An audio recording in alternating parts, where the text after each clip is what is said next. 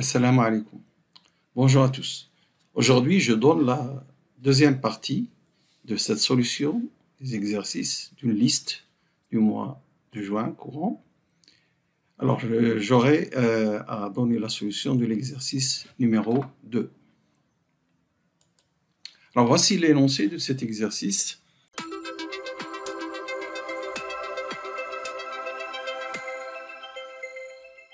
Nous allons étudier un opérateur de type intégral, donc un opérateur de l'espace des fonctions continues sur 0, 1 vers R, dont lui-même définit ainsi. L'image de petit f, c'est grand F, qui est la primitive de Tf de t qui s'annule au point 0. Première question, on nous dit de montrer que t est continu et de calculer sa norme. Alors, comme c'est donné dans l'énoncé, l'opérateur est linéaire, mais la linéarité est quelque chose de très simple puisque c'est défini, la fonction image est définie grâce à une intégrale et l'intégration est une opération linéaire. D'autre part, je majore, n'oubliez pas que nous travaillons de E vers E, alors E c'est l'espace des fonctions continues, muni de sa norme sup, c'est la norme de la convergence uniforme. Alors donc je vais majorer les TF de x lorsque x parcourt l'intervalle 0, 1. Alors d'abord, c'est quoi TF de x? C'est cette intégrale. Alors quand je mets le module de TF de x, alors c'est inférieur à l'intégrale du module. Donc c'est inférieur à l'intégrale du module de TF de t. Alors TF de t est majoré par son sup, et t il est positif, donc je vais lui enlever la valeur absolue, et donc j'ai intégré ceci. Je sors la norme de f, qui est un nombre qui ne dépend pas de t, et je calcule l'intégrale de 0 à x de t d de t qui vaut donc x2 sur 2. Voilà, j'ai cette majoration. Je passe au sup lorsque x parcourt l'intervalle 0, 1 pour avoir norme l'infini de tf est inférieur au sup de ce x2 sur 2 lorsque x parcourt 0, 1 qui est 1,5 fois le norme de petit f. Nous avons cette majoration.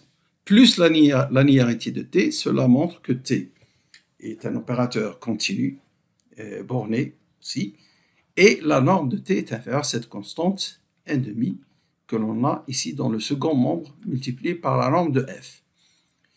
Alors donc nous avons une majoration de la norme. Alors je veux calculer la norme exactement. Comme on a l'habitude de faire, nous prenons un élément ou une suite qui nous permet d'approcher cette norme ou de l'égaler. Alors ici on prend f0. f0 c'est la fonction qui vaut 1 partout. Alors je peux la représenter par qui de 0, 1. C'est une fonction caractéristique de l'intervalle 0, 1. Cette notation, ça veut dire qu'elle vaut 1 dans l'intervalle fermé 0, 1 et 0 ailleurs. Alors ce f0, évidemment, il est continu, puisque c'est une constante sur l'intervalle 0, 1, et sa norme, le sup, sa norme sup, c'est 1, et son image, c'est l'intégrale de 0 à x. f0, elle vaut 1, donc c'est l'intégrale de t, et ça donne x2 sur 2. Quand vous calculez sa norme, la norme de t f0, donc vous allez trouver 1,5. Donc nous avons approché, nous avons égalé la norme de t de f0, de t de f au point f0, avec f0, un élément qui est dans la boule unité fermée, ou même la sphère unité. Alors si on veut être très précis, nous allons rappeler la définition de la norme. Alors c'est le sup des normes des images lorsque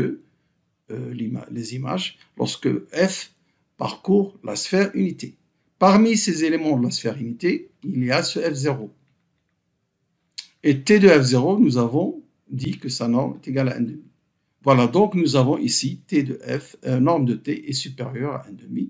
Et par conséquent, cette inégalité plus l'autre qui est là nous donne norme de t égale 1,5. Alors, la deuxième question montrait que t est injectif. En analyse fonctionnelle, souvent, si on nous demande de montrer qu'un opérateur est injectif, et un opérateur linéaire, il faut montrer que si T de f est nul, alors f est nul. Et non pas montrer que T de f égale T de g, alors f égale à g. C'est vrai que c'est l'injectivité, mais avec la linéarité, vous avez quelque chose de plus simple. T de f est nul implique f est nul. Alors, qu'est-ce que ça veut dire T de f est nul? Ça veut dire que c'est la fonction nulle que je note θ. Donc, T de f égale la fonction nulle implique f, c'est la fonction nulle. Alors, partons de l'égalité T de f est nul égale la fonction nulle. Alors, ça veut dire que ces images qui sont là sont égales à 0, quel que soit x, appartenant à 0, 1. Vous avez une égalité fonctionnelle. Vous dérivez dans cette égalité. Le premier membre vous donne x f de x et le deuxième membre, il vous donne 0. On a cette égalité. Bon, alors, soyons un petit peu plus précis. En général, on dérive dans des intervalles ouverts. Donc, cette égalité, si on va être très précis, c'est vrai dans l'intervalle ouvert 0, 1. Mais comme x, f de x est une fonction continue, parce que f est continue, alors par donc prolongement, elle est, si elle vaut 0 dans l'intervalle ouvert, elle vaut 0 partout, même sur les extrémités. Ensuite, si elle vaut 0, ne serait-ce que dans l'intervalle 0, 1, ouvert, parce qu'on ne peut pas diviser par 0. Si elle vaut 0 sur cet intervalle, elle vaut 0 sur cet intervalle. Alors maintenant, je peux diviser quand x dans cet intervalle. Alors je vais avoir f de x égale 0 sur x. Donc f de x est nul sur l'intervalle ouvert. Et par la continuité de f sur tout l'intervalle 0, 1, f de x égale à 0, même en 0. Et f est la fonction nulle. Donc il faut faire attention aux justifications. Mais en fait, quand on corrige des exercices comme ça, parfois on ferme l'œil sur les détails de précision. Les mathématiques, c'est quelque chose de très précis, pas de approché. On doit être très précis.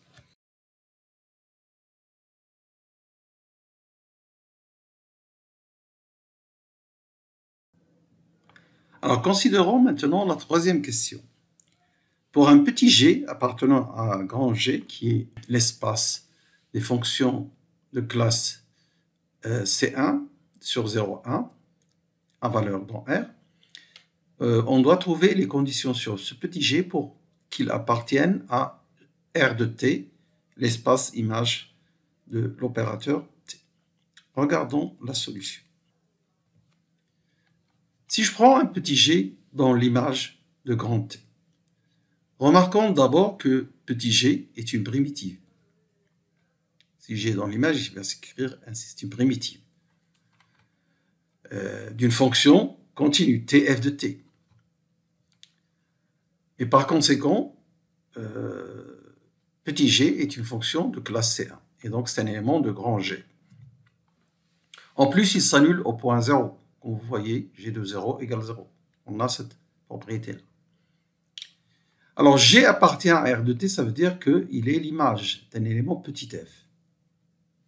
Donc, on a cette égalité. Si je dérive dans cette égalité comme on l'a fait plus haut, on trouve x f de x égale g' de x. Alors, si cette égalité est valable dans l'intervalle ouvert, x f de x est continu parce que f est un élément de l'espace de départ E, et g' de x est continu parce que g est un élément de classe C1 comme on l'a signalé. Donc, l'égalité, elle est vraie sur tout l'intervalle fermé par prolongement, par continuité. Alors maintenant, la fonction, si je considère la fonction x donne g' de x sur x. Donc on a g' de x sur x est égal à f de x. Alors cette fonction, elle est définie sur l'intervalle 0, 1, ouvert en 0, et admet une limite en 0. Parce que g' de x sur x égale f de x. Donc sa limite, c'est quoi? C'est tout simplement f de 0. Donc qu'est-ce qu'on a obtenu? Si g est dans l'image, alors c'est un élément de grand G, il s'annule au point 0, et g' de x sur x admet une limite à droite de 0. Voilà les conditions que j'ai trouvées pour un élément de l'image. Alors maintenant, nous allons résoudre la quatrième question, trouver cette image, trouver R de t explicitement. Alors d'après ce qui précède, nous avons donc les trois propriétés. Si G est dans l'image, c'est un élément de grand G, il s'annule au point 0, la limite de G' de x sur x existe. Bien sûr à droite, puisqu'on est à l'intérieur de l'intervalle 0,1. Alors je vais définir cet ensemble, grand H est égal à au petit g qui vérifie cette propriété, petit g dans grand G, et je vais montrer que R de t égale à grand H. Nous avons montré dans la question précédente qu'on a l'inclusion, puisqu'un élément de R de t vérifie ces conditions-là. Donc on a cette inclusion, nous allons montrer l'inclusion réciproque. Donc je prends un élément, petit g de grand H, alors il est de classe C1 parce qu'il est dans grand G, g de 0 égale 0, et la fonction g' de x sur x de 0,1 vers R se prolonge par continuité. Elle admet une limite. Et donc elle se prolonge par continuité en 0, ce qui en fait une fonction phi continue, c'est un élément de E. Alors, je dis que ce phi est l'antécédent de petit g par l'opérateur t, c'est-à-dire t de phi, nous allons démontrer que c'est égal à g. En effet, t de phi appliqué à x, c'est l'intégrale de 0 à x, t phi de t. D'après sa définition, puisque phi, c'est une fonction qui prolonge ceci sur 0,1, donc phi de t est égal à g' de t sur t. Si j'écris ici g' de t sur t, je vais obtenir donc tf de t, t phi de t, pardon, est égal à g' de t. Et cette intégrale, comme vous le savez, l'intégrale de g' de t, c'est g de x moins g de 0. Étant donné que g de 0 égale 0, donc c'est g de x. Ceci pour tout x dans 0,1. Ainsi, nous avons montré que t de phi est égal à g, et donc g appartient à R de t, et nous concluons maintenant que H est inclus dans R de t. Alors on a l'égalité H égale R de t. Voilà donc l'image. L'image R de t, c'est cet ensemble. Alors voilà, je vous dis merci de votre attention et à la prochaine, Inch'Allah.